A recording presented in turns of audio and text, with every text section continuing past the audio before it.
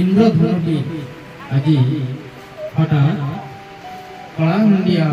पादर फल सेहीन हो क्षण प्रभार हस्तक्षेप जमी क्षणा क्षणभंग ठीक सेमती कालर निर्मम प्रहार ए सृष्टिर अमृत संतान आदर्शर डोरी को छिन्न करी तद्वद्यकर क्षणिक आलोक परी उद्भासित होई संसार रूपक आकाश मार्गरु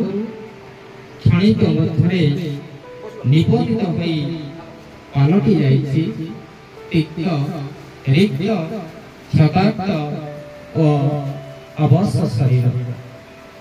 असहायतार टोपा टोपा रत्न रूपक लतक बिंदु स्वजन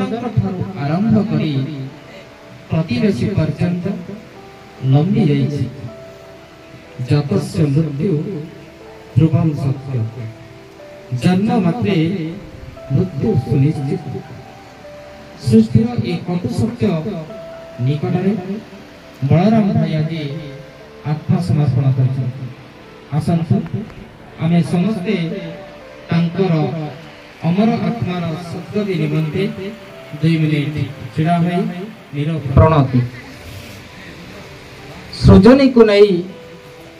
भूमिटार भूमा स्वप्न देखिथिले जे सृजनी को नहीं भूमिठार भूमा स्वप्न देखिथिले जे ए माटी रे तांक प्रतिछवि अछि ए माटी रे तांक प्रतिछवि अछि आत्मा घुरी बुलु थाए आत्मा घुरी बुलु थाए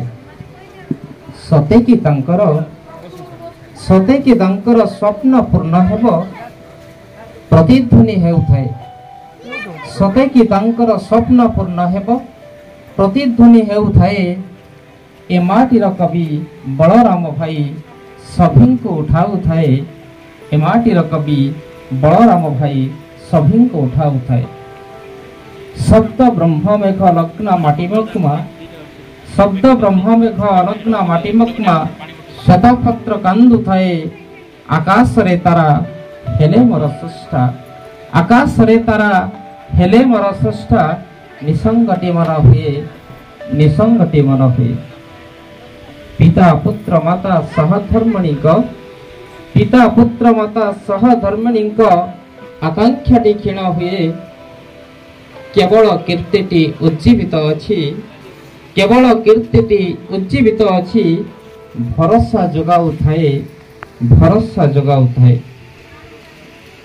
एमाटी महक सबुठारे क्षत